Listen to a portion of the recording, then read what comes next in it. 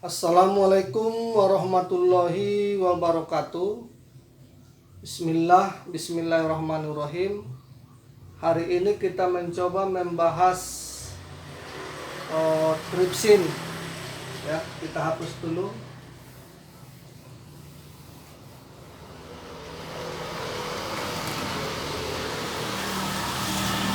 Hari ini kita mencoba membahas tripsin. Tripsin. Tripsin ini nanti kaitannya ke susu ya, susu. Terus tripsin ini juga nanti kaitannya ke organ limpa,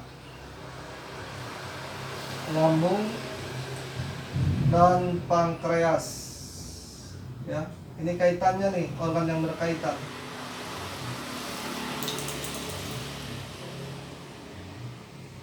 Jadi sering kita ketemui orang di lapangan, bila ada seseorang itu minum susu, maksudnya susu murni ya, baik nanti dari protein hewani atau protein nabati. Jadi itu yang dimaksud nih. Ketika seseorang itu minum susu, rasanya nek di perut, rasanya tidak nyaman. Rasa nek ini itu berarti ada kelembapan.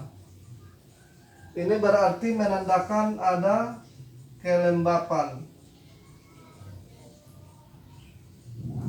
Kenapa muncul rasa nek itu? Itu menandakan bahwa tripsin itu tidak bisa keluar dengan maksimal, sehingga rasanya tidak nyaman di perut. Jadi ketika nanti susu yang tadi ya, susu yang diminum dicampur dengan ramuan yang sifatnya memperkuat limpa dan pankreas ini, maka susu yang tadi kalau diminum tidak terasa enak lagi. Berarti kuncinya, kalau kita minum susu rasanya enak di perut, maka dikasihlah ramuan atau dicampurlah ramuan yang sifatnya memperkuat limpa sama pankreas. Maka nanti susu yang diminum itu tidak rasa enak lagi. Jadi bahasa sederhananya, susu yang diminum tadi, susu yang sifatnya lembab tadi, dicampur dengan ramuan memperkuat limpa sama pankreas, yang sifatnya itu, ramuan itu yang sifatnya membuang kelembapan, sehingga nanti tripsin ini bisa keluar secara maksimal. Maka nanti perut itu bisa nyaman. Jadi bahasanya seperti itu.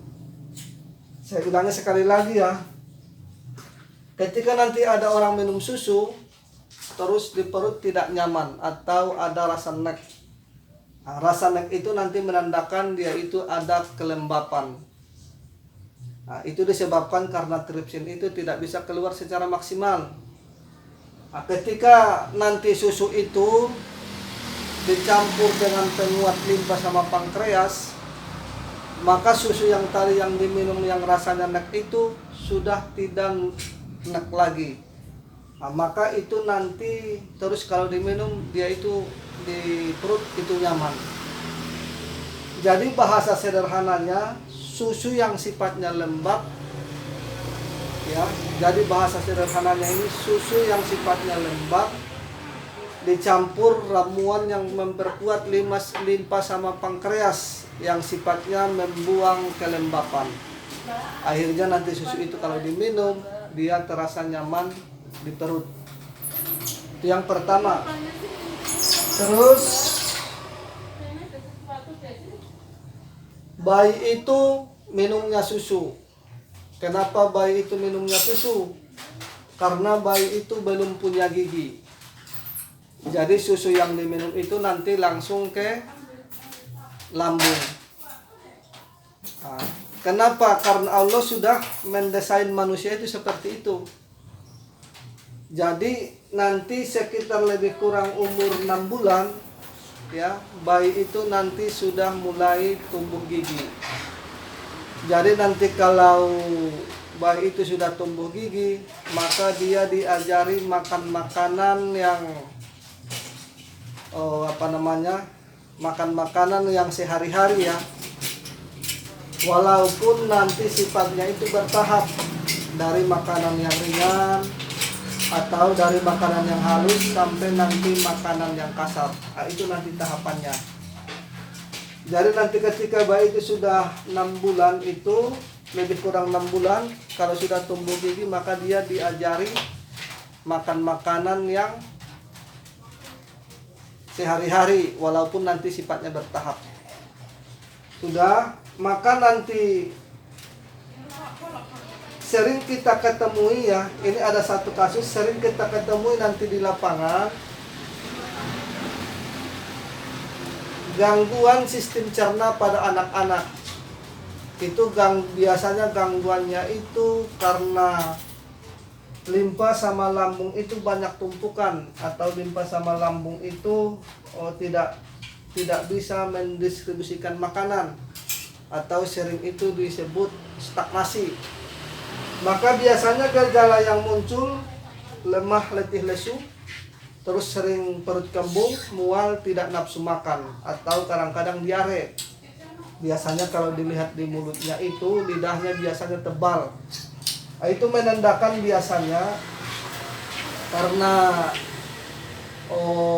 limpa sama lambung itu tidak bisa mengolah atau memproduksi makanan itu ya, sehingga menumpuk di situ.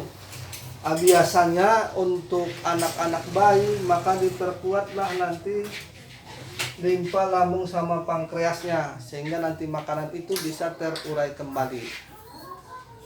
Jadi hewan juga begitu, lebih kurang nanti hewan itu sekitar lebih kurang 3 bulan, maka hewan itu sudah tumbuh gigi ya. Jadi kalau hewan itu nanti sudah tumbuh gigi, maka dia akan diajari oleh induknya makan rumput. Jadi untuk biasanya kalau hewan sudah tumbuh giginya, dia diajari sama induknya makan rumput.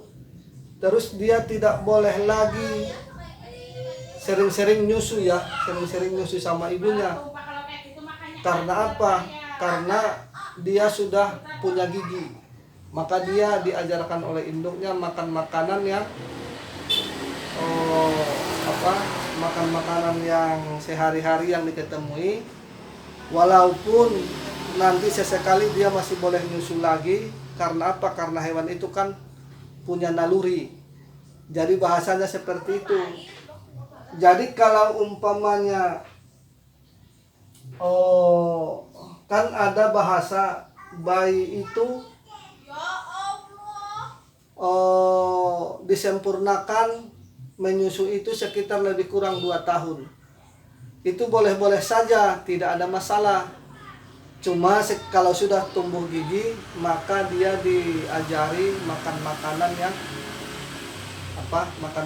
yang dari ringan sampai nanti makan makanan yang berat ya. Maksudnya makan makanan yang halus sampai nanti makan makanan yang kasar. Memang seperti itu. Karena apa? Karena sekarang sering kita ketemui banyak permasalahan ini timbulnya di stagnasi makanan.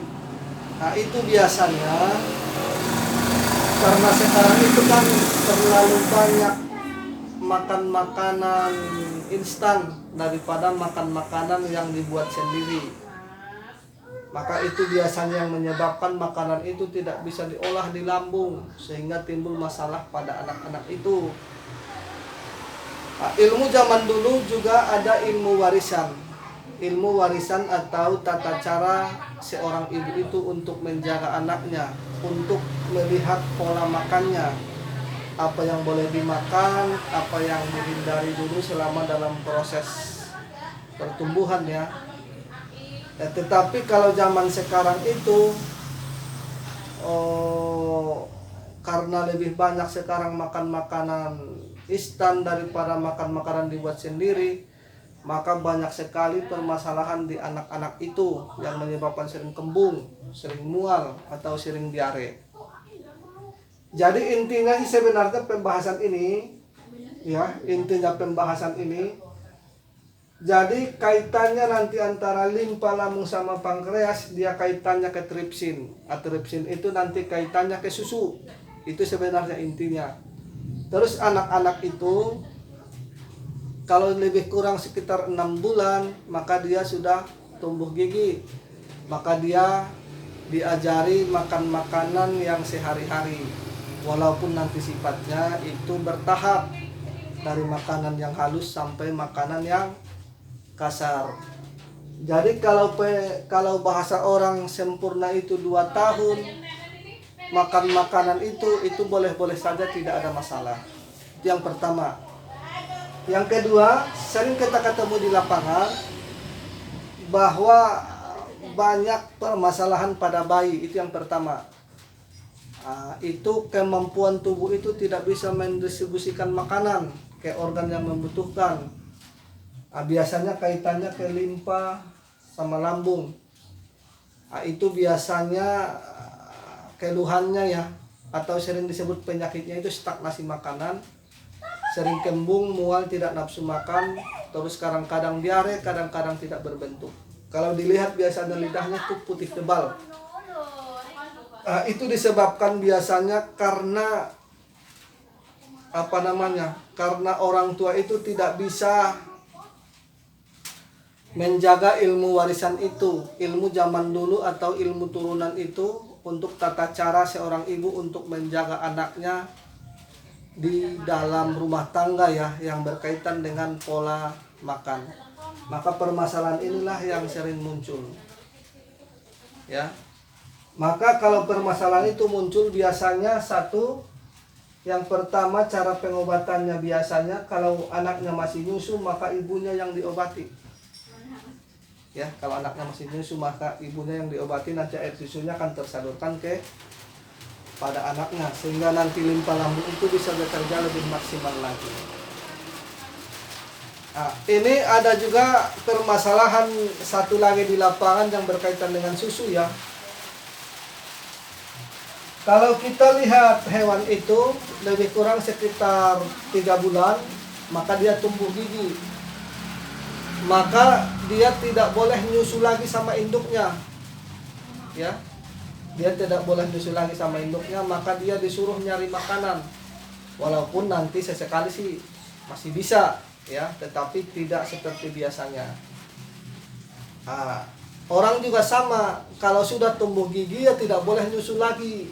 Itu bahasanya. Pokoknya siapa yang tumbuh gigi maka dia disarankan tidak nyusu lagi. Ya, ini ilmu, jangan ketawa ya. Jadi kalau sudah tumbuh gigi tidak boleh, atau dia disarankan tidak nyusu lagi. Maka kita sering ketemu di lapangan, ada kadang itu ibu-ibu itu, si bayi itu ya, ibu-ibu yang lagi nyusuin anaknya, tapi tiba-tiba si anak itu tidak mau nyusu lagi. Itu ada 2 kemungkinan. Bisa jadi susunya itu rasanya tidak nyaman, air susunya ya.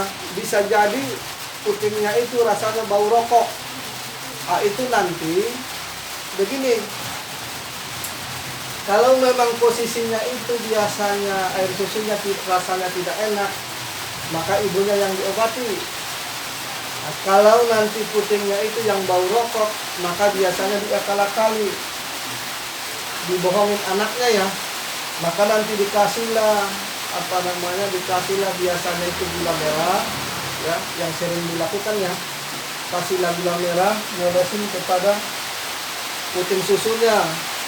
Nanti disuruhlah si bayi itu nyusu lagi ya. Biar dia hilang satu baunya, yang kedua biar hilang rasanya. Untuk membohongi si anak itu. Jadi bahasanya seperti itu.